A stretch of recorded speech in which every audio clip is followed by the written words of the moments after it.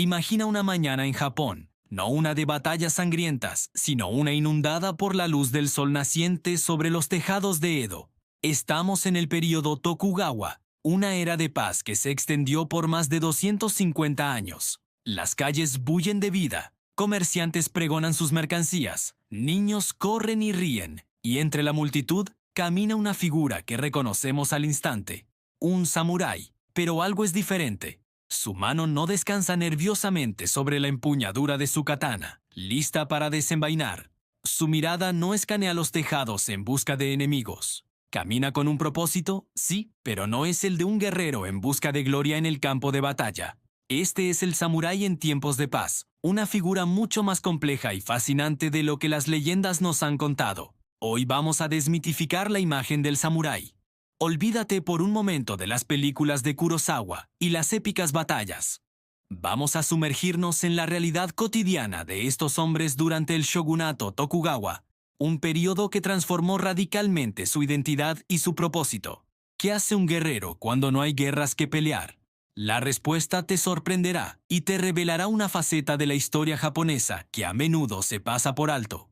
Acompáñame en este viaje al corazón del Japón feudal pacífico para descubrir la verdadera vida del samurái, más allá de la espada. Tras la decisiva batalla de Sekigahara en el año 1600, Tokugawa Ieyasu unificó Japón bajo su mandato, dando inicio a un largo periodo de estabilidad conocido como el período Edo. Este gran paz tuvo una consecuencia inesperada y profunda para la clase guerrera. Los samuráis, que durante siglos habían sido la élite militar del país, se encontraron de repente desempleados en el sentido tradicional. Las armaduras comenzaron a acumular polvo y las lanzas se convirtieron en reliquias familiares. El campo de batalla se silenció y en su lugar surgió un nuevo tipo de conflicto, uno que se libraba con tinta y papel. El shogunato Tokugawa, para mantener su control y asegurar la paz, implementó un sistema burocrático increíblemente sofisticado. ¿Y quiénes eran los más indicados para administrar este nuevo estado? Los samuráis. Su lealtad, disciplina y educación los convertían en los candidatos perfectos. Así comenzó una de las transformaciones sociales más notables de la historia. El guerrero se convirtió en burócrata. El hombre de la espada se convirtió en el hombre del pincel. Vemos a nuestro samurái, ya no en un campo de entrenamiento, sino sentado en una estera de tatami, inclinado sobre un escritorio bajo.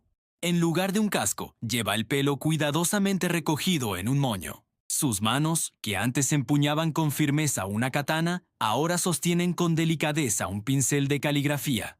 El pergamino frente a él no es un mapa de batalla, sino un registro de impuestos del arroz o un censo de población. Su trabajo ahora consiste en administrar dominios, supervisar proyectos de obras públicas como la construcción de canales y puentes, y mediar en disputas legales entre los plebeyos. La agudeza mental reemplazó a la destreza física como la habilidad más valorada. El conocimiento de los clásicos confucianos, la poesía y la ceremonia del té se volvieron tan importantes, si no más, que el dominio de las artes marciales. Esta transición no fue fácil ni universalmente aceptada. Muchos samuráis se aferraban a los viejos ideales del Bushido, el código del guerrero, sintiendo que este nuevo trabajo de oficina era una traición a su legado. Se sentían como tigres enjaulados, forzados a vivir una vida que consideraban indigna. Pero la realidad era ineludible. Para sobrevivir y mantener su estatus, debían adaptarse. La pluma, en este nuevo Japón, se había vuelto verdaderamente más poderosa que la espada. Pero la paz tenía un precio, y para muchos samuráis este precio era económico y existencial. A pesar de su estatus de élite, la mayoría de los samuráis no eran ricos. Su principal fuente de ingresos era un estipendio fijo de arroz, pagado por su señor o daimyo. Durante siglos de guerra, este sistema funcionaba.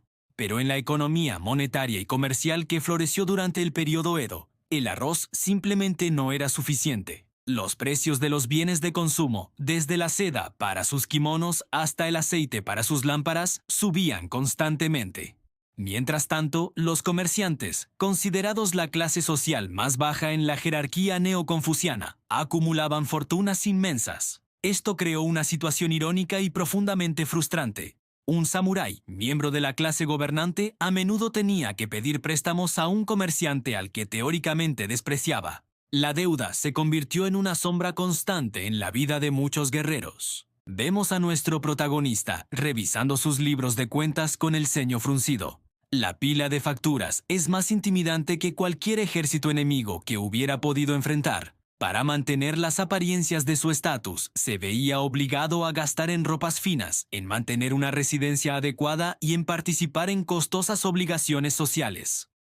Muchos cayeron en una espiral de deuda de la que nunca pudieron escapar, viéndose obligados a empeñar sus posesiones más preciadas, a veces incluso sus espadas ancestrales, el alma del samurái. Más allá del aprieto económico, existía una crisis de identidad aún más profunda.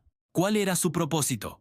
Habían sido criados con historias de honor y gloria en el campo de batalla, entrenados desde la infancia para enfrentar la muerte con serenidad. Pero la paz les negó esa oportunidad. La ausencia de guerra no solo les quitó su función principal, sino que también les arrebató el escenario donde podían demostrar su valía y vivir según los preceptos del Bushido. Imaginemos a nuestro samurái al anochecer. El trabajo de oficina ha terminado, la casa está en silencio. Se dirige a su dojo privado o a un rincón apartado del jardín. Desenvaina su katana. La hoja, forjada con esmero por generaciones de artesanos, brilla bajo la luz de la luna. Comienza a practicar los katas, las formas de esgrima que aprendió de su padre, y su padre del suyo. Cada corte, cada estocada, cada parada, es un eco de un pasado glorioso. El silbido de la espada al cortar el aire es un sonido melancólico, un fantasma de un tiempo que ya no existe. En estos momentos solitarios, no está entrenando para una batalla inminente. Está luchando contra un enemigo mucho más personal, la irrelevancia, la sensación de que su habilidad más preciada se ha vuelto inútil. Esta práctica solitaria no es solo un ejercicio físico, es un ritual. Es una forma de conectarse con sus ancestros, de recordar quién es, o quién se supone que debe ser. Es un acto de desafío silencioso contra un mundo que ha cambiado a su alrededor, dejándolo a él y a su código de honor en una encrucijada existencial. Entonces, ¿cómo sobrevivieron?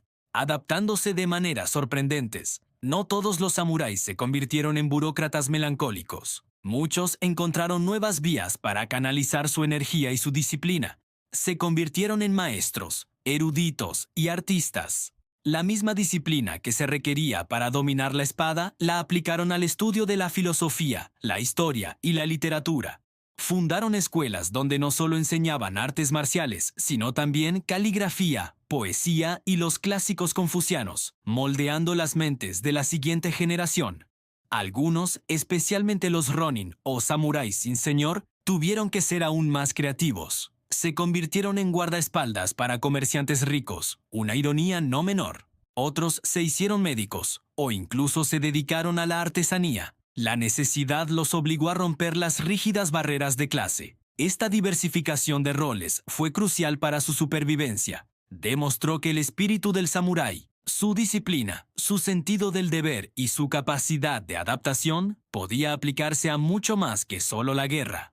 Lograron redefinir su valor para la sociedad en un contexto de paz. Al final, la historia del samurái en el período Tokugawa es una historia de contrastes. Es el contraste entre el mito y la realidad, entre la imagen del guerrero indomable y la vida cotidiana del administrador endeudado. Es la historia de cómo una clase social definida por la guerra aprendió a vivir en paz. No fue un proceso fácil ni indoloro. Estuvo lleno de dificultades económicas, crisis de identidad y una profunda nostalgia por un pasado perdido, pero también fue un testimonio de la resiliencia humana. El samurái del período Edo nos enseña que la verdadera fuerza no reside solo en la capacidad de luchar, sino también en la capacidad de adaptarse, de encontrar un nuevo propósito cuando el mundo que conocíamos desaparece.